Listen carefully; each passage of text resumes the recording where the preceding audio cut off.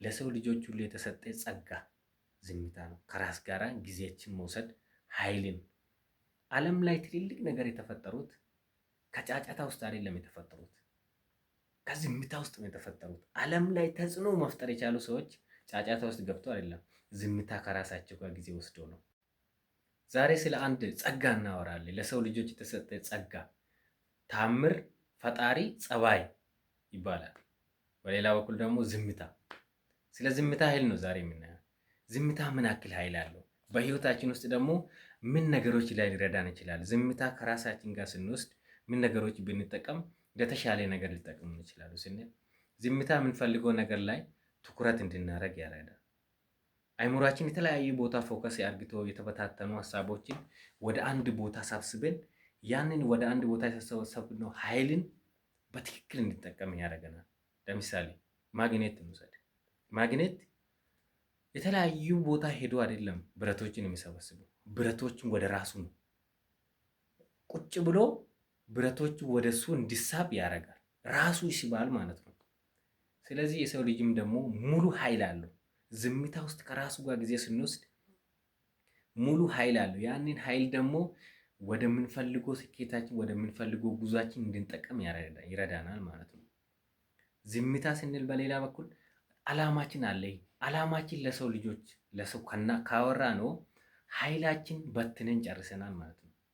ስለዚህ አላማችን ለሰው በዝምታ ውስጥ ከራሳችን ጋር ጊዜ ከወስደን በዝምታ ውስጥ አላማችን ማሳካት እንችላለን። ለሰው ካወራ ነው ያንን ኃይሉን ለሰው በማውራት ብቻ በትነናል። በማውራት ብቻ የበተነውን ኃይል ለመተግበር ስንል ኃይል እናጣለን። ስለዚህ አላማችን በዝምታ ውስጥ እኛ ከጨረስ ነው በዝምታ ውስጥ ደግሞ ብዙ ነገሮችን መፍጠር እንችላለን። ብዙ የማይፈነቀሉ ድንጋዮችን መፍጠር እንችላለን። ለምን? ኃይሉ ሙሉ ኃይላችን እኛ ጋር አለ ማለት ነው። ውሳኔያችን ማስተካከል እንችላለን። የምንወስነው ውሳኔ በዝምታ ውስጥ ነገሮችን በትክክል እንዲጓዝ እንዲሄድ የምንወስነው ውሳኔ በትክክል ጉዞ እንዲቀጥል ማድረግ እንችላለን።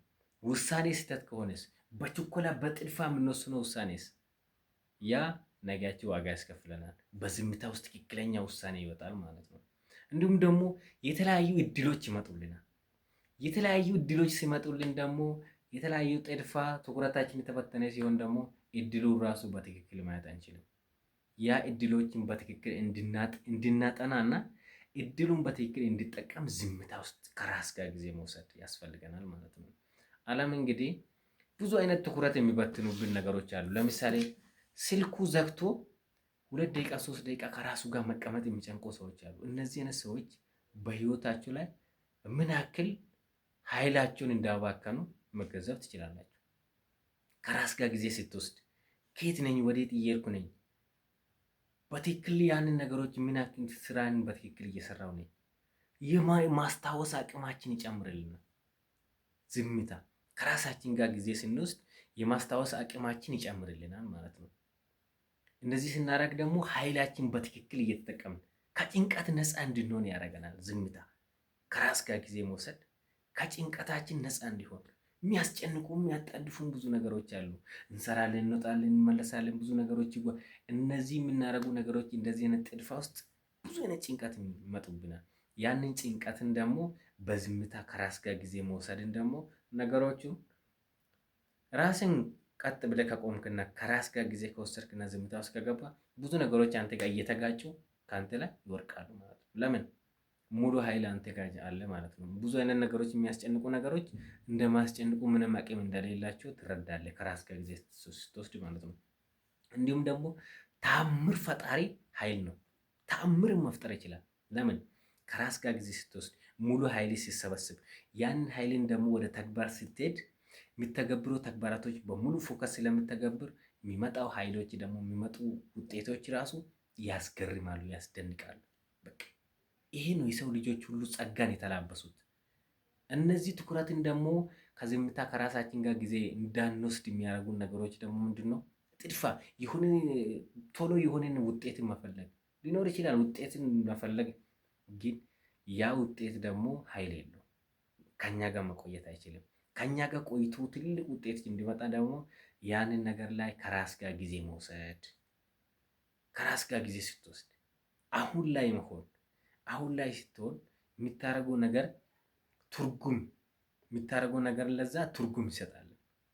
ትርጉም ሲሰጥ ደግሞ በህይወት ውስጥ የሚያስፈልግ ነገሮች ላይ ትልልቅ ነገሮችን ማሳካት ትችላለህ። ያ ሙሉ አቅምን ሙሉ ኃይልን ለምትፈልገው ዓላማ ለምትፈልገው ነገር መጠቀም ትችላለህ። ያ ስትጠቀም ደግሞ ኃይሉ ውጤት ያመጣላል። ያ ውጤትን ደግሞ መልሶ ያስደስታል።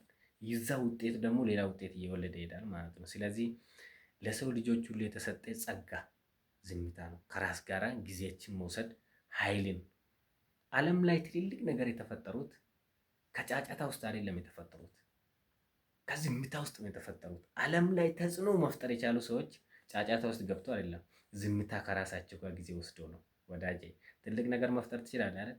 ትልቅ ነገር መፍጠር ትፈልጋለህ አይደል? ያ ትልቅ ነገር የምትፈልገው ዓለም ላይ ጫጫታ ብዙ ነገሮች በበዙበት ሳይሆን ከራስ ጋር ጊዜ ወስደ ያንን ኃይልን ደግሞ ወደምትፈልገው ህይወት ለምትፈልገው ዓላማ መተግበር ሲችል ያ ዝምታ ያ ኃይል ነገ ላይ ትልልቅ ነገሮች ሊያመጡልህ ይችላል። ቻናሉ ሰብስክራይብ አድርጉ። ወዳቸዋለሁ። ይህንን ተጠቅማችሁ ደግሞ ትልቅ ነገሮችን ማድረግ ትችላላችሁ። አመሰግናለሁ።